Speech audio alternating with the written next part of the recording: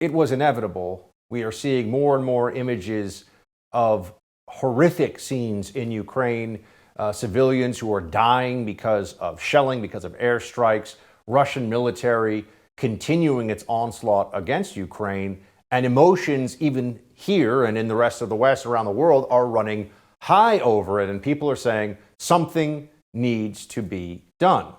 Well, that's a big question. What does that entail? What are we actually willing to do in order to guarantee the sovereignty and independence of Ukraine, a country that is thousands of miles away and one in which the U.S. has no specific treaty obligation to defend?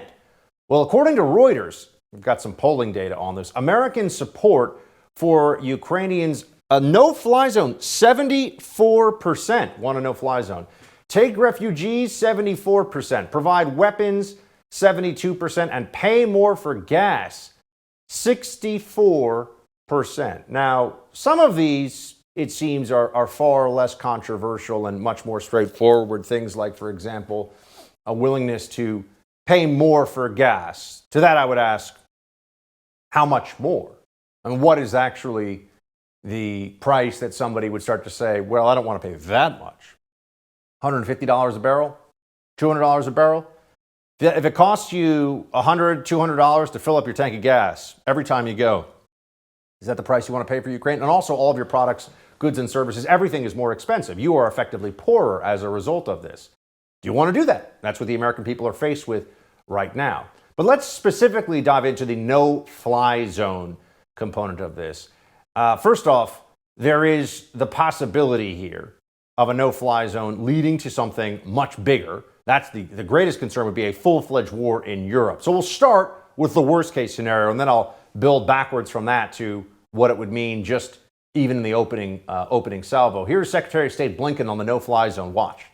The only way to actually implement something like a no-fly zone is to send NATO planes into Ukrainian airspace and to shoot down Russian planes, and that could lead to a full-fledged war in Europe. President Biden has been clear that we are not going to get into a war with Russia, but we are going to tremendous lengths with allies and partners to provide Ukrainians with the means to effectively defend themselves.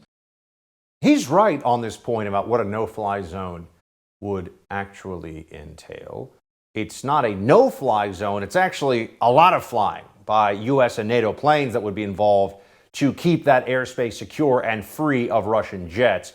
But it wouldn't be that simple, because the Russians would continue to fly in that airspace and would view any presence of U.S. or NATO planes as a hostile act, and would either wait until we shot one of them down, because that's what you have to do for a no-fly zone, or would just open fire at our or our allies' planes first.